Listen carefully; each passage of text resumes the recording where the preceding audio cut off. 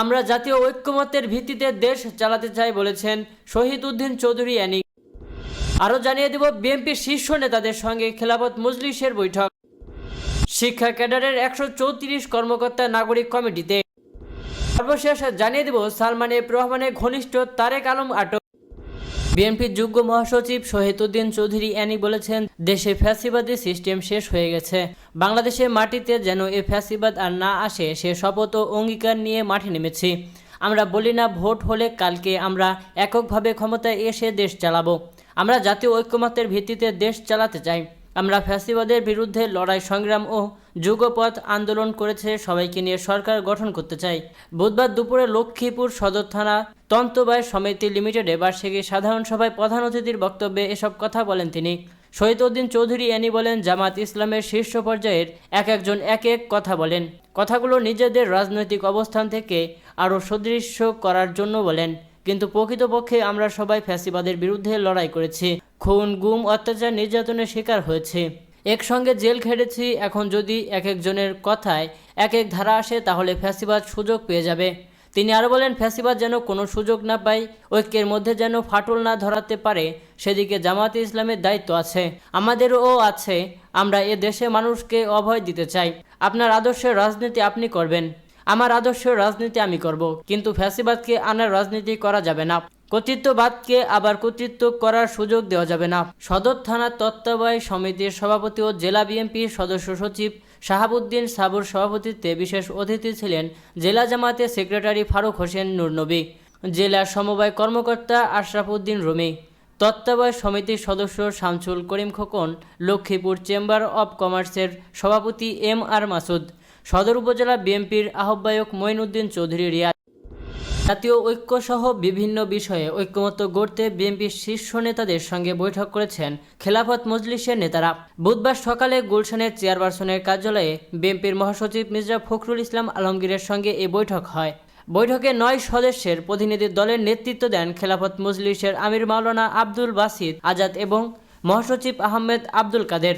প্রতিনিধি দলে ছিলেন দলটির নায়েবে আমির মাওলানা সাখাওয়াত হোসাইন, আবদুল্লাহ ফরিদ, যুগ্ম মহাসচিব জাহাঙ্গীর হোসেন, মোহাম্মদ মুনতাসির আলী, এবিএম সিরাজুল মামুন, মুস্তাফিজুর রহমান ফয়সাল এবং আব্দুল জলিল। বৈঠকের পর খেলাফত মজলিসের মহাসচিব আহমেদ আব্দুল কাদের বলেন, আমরা আজকে বিএনপির সঙ্গে আলাপ করতে এসেছি। আমরা যারা আন্দোলন করছি সেসব রাজনৈতিক দলের নেতা কর্মীদের বিরুদ্ধে সব মিথ্যা মামলা দ্রুত প্রত্যাহার করা সহ 7টি পয়েন্টে বৈঠকে আমরা একমত হয়েছি। এর আলোকে আমরা কাজ করব ইনশাআল্লাহ। বিশেষ করে ইসলামী দলগুলোর মধ্যে ঐক্য সাধন করা এবং সবাইকে নিয়ে জাতীয় ঐক্য গঠন করা। 5 আগস্ট যে কারণে বিপ্লব হয়েছিল এটাকে অটুট রাখা। ইতোমধ্যে কিছু ভিন্ন চিত্র আমরা দেখতে পাচ্ছি। আমাদের বক্তব্য হচ্ছে বিভেদ নয়, ঐক্য। জাতির স্বার্থে আজকে ঐক্যবদ্ধ হওয়া জরুরি বিষয়। এজন্য আমরা বিএনপির সঙ্গে আলাপ করতে এসেছি। আলাপ করে আমরা একমত হয়েছি। জুলাই বিপ্লবের পর গঠিত জাতীয় নাগরিক কমিটির সদস্য হয়েছেন শিক্ষা ক্যাডারের 134 জন কর্মকর্তা। সরকারি কর্মকর্তা হয়ে এ ধরনের কমিটির সদস্যপদ গ্রহণ করতে পারেন কিনা এ নিয়ে ব্যাপক আলোচনা ও সমালোচনা চলছে। বিষয়টি নিয়ে 16,000 সাধারণ শিক্ষা ক্যাডার কর্মকর্তার কেউ সরাসরি ফেসবুকে ক্ষোভ প্রকাশ করেছেন। তবে কমিটিতে স্থান পাওয়া কর্মকর্তারা বলেছেন, নাগরিক কমিটি কোনো রাজনৈতিক দল নয়, এটি প্ল্যাটফর্ম। যখন সেটি রাজনৈতিক দল বা সংগঠনে পরিণত হবে তখন তারা পদত্যাগ করবেন। রোববার জাতীয় নাগরিক কমিটির আহ্বায়ক নাসির উদ্দিন পাটোয়ারি ও সদস্য সচিব আক্তার হোসেন স্বাক্ষরিত ঘোষিত কমিটিতে এমনটা দেখা যায়। শিক্ষা ক্যাডার কর্মকর্তা doctor Sadruddin Ahmed, doctor Mohammad Atiar Rahman, Mohammad Golam Azam, doctor Azizul হক খান, মোহাম্মদ আবদুল্লাহ মাসুদ, মোহাম্মদ মিজানুল হক, মোহাম্মদ মানিবুর রহমান মিয়া, মোহাম্মদ আলী হোসেন মোল্লা, আব্দুল মালিক, কামাল আহমেদ, জাহিদ হোসেন ও মোহাম্মদ আরিফুর রহমান মজুমদার সহ বিসিএস 16 ব্যাচ থেকে 40তম ব্যাচের 134 জন কর্মকর্তা এ প্রতিনিধি কমিটিতে রয়েছেন। শিক্ষা ক্যাডারের কর্মকর্তারা বলেছেন, সরকারি চাকরিজীবী হিসেবে কোনো রাজনৈতিক সংগঠনের সদস্য হওয়ার সুযোগ নেই, যা সরকারি কর্মসূচি বিধিমালার পরিপন্থী। সম্প্রতি জনপ্রশাসন সংস্কার কমিশনের মুইদ চৌধুরী বলেছেন, সরকারি চাকরিজীবীরা যেন রাজনৈতিক কর্মকাণ্ডে জড়িত বা রাজনৈতিক কথা না বলতে পারেন সে বিষয়ে ব্যবস্থা নেওয়ার সুপারিশ করবে সংস্কার কমিশন। আমলারাই আমলাদের সবচেয়ে বেশি ক্ষতি করছে, অথচ কাক কিন্তু কাকের মাংস খায় না। এদিকে রাজনৈতিক সংগঠন হিসেবে আত্মপ্রকাশের লক্ষ্যে বিভিন্ন জেলায় জেলায় কর্মকাণ্ড চালিয়ে আসা জাতীয় নাগরিক কমিটি বলছে তারা অরাজনৈতিক সংগঠন, ফলে তাদের সংগঠনের সঙ্গে যুক্ত থাকার আইনি ও নৈতিক কোনো বাধা নেই।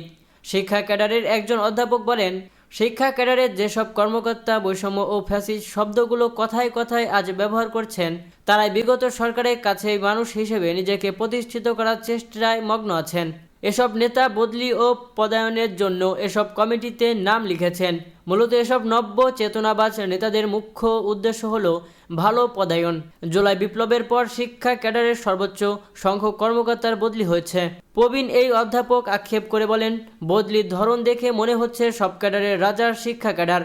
বিগত সরকারের ভোট চুরি শুধু এরাই করেছে। এসব সুবিধাবাদী প্ল্যাটফর্ম আমি চাই না। সরকারি চাকরিজীবী হিসেবে এই কমিটিতে স্থান পাওয়া ব্যক্তিরা নিরপেক্ষতা বজায় রেখে দায়িত্ব পালনে সমর্থ হবেন কিনা জানতে চাইলে জাতীয় নাগরিক কমিটির কেন্দ্রীয় নির্বাহী সদস্য আলাউদ্দিন মোহাম্মদ বলেন, জাতীয় নাগরিক কমিটি যেহেতু অরাজনৈতিক সংগঠন, এতে যুক্ত হওয়ার আইনি ও নৈতিক কোনো বাধা নেই। যারা বিভিন্ন শ্রেণী বা পেশার মধ্যে থেকে গণঅভ্যুত্থানে অংশ নিয়েছে এবং গণঅভ্যুত্থানের চেতনাকে ধারণ করে তাদের নাগরিক প্ল্যাটফর্মে আনা হয়েছে। তিনি আরও বলেন, সরকারি কলেজের শিক্ষকরাই নন, আমলাদের কেউ কেউ ছিলেন, সামরিক বাহিনীতে কর্মরত এবং অবসরপ্রাপ্তদের অনেকেই নানাভাবে সক্রিয় ছিলেন। তারা বাংলাদেশের স্বার্থের পক্ষে সোচ্চার থাকবেন, এতটুকুই। বেক্সিমকো গ্রুপের ভাইস চেয়ারম্যান সালমান এফ রহমানের ঘনিষ্ঠ তারেক আলমকে আটক করেছে দুর্নীতি দমন কমিশন। তার বিরুদ্ধে হাজার কোটি টাকা পাচার করার অভিযোগ রয়েছে। বুধবার হযরত শাহজালাল আন্তর্জাতিক বিমানবন্দর থেকে তাকে আটক করা হয়। তারেক আলমের বিরুদ্ধে 300 কোটি টাকার রণ জালিয়াতির অভিযোগ রয়েছে। তিনি ব্রিটিশ পাসপোর্টধারী। জানা গেছে, দুদকের সহকারী পরিচালক সাজ্জাদ হোসেনের নেতৃত্বে একটি টিম তাকে আদালতে হাজির করতে যাচ্ছে। অনিয়ম, দুর্নীতি, প্রতারণা ও জালিয়াতির মাধ্যমে ব্যাংকিং নিয়মাচর ভেঙে বিভিন্ন ব্যাংক থেকে হাজার হাজার কোটি টাকা আত্মসাৎ করেছে। এমন অভিযোগে বেক্সিমকো গ্রুপের বিরুদ্ধে দুদকে অনুসন্ধান চলমান রয়েছে। একই সঙ্গে অনিয়ম, দুর্নীতি, অর্থ পাচারের অধিকতর অনুসন্ধান ও তদন্ত করতে 3 সংস্থার সমন্বয়ে যৌথ টিমও কাজ করছে।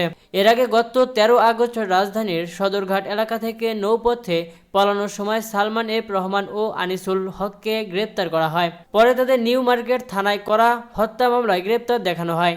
গত 16 জুলাই বৈষম্য বিরোধী ছাত্র আন্দোলনে কর্মসূচি চলাকালে ঢাকা কলেজের সামনে সংঘর্ষে এক ছাত্র এবং একজন হকার নিহত হন। পরে এই ঘটনায় নিউ মার্কেট থানা 2টি হত্যা মামলা হয়। এই হত্যার ঘটনায় ইন্ধন দাতা হিসেবে সালমান এফ রহমানকে গ্রেপ্তার দেখানো হয়।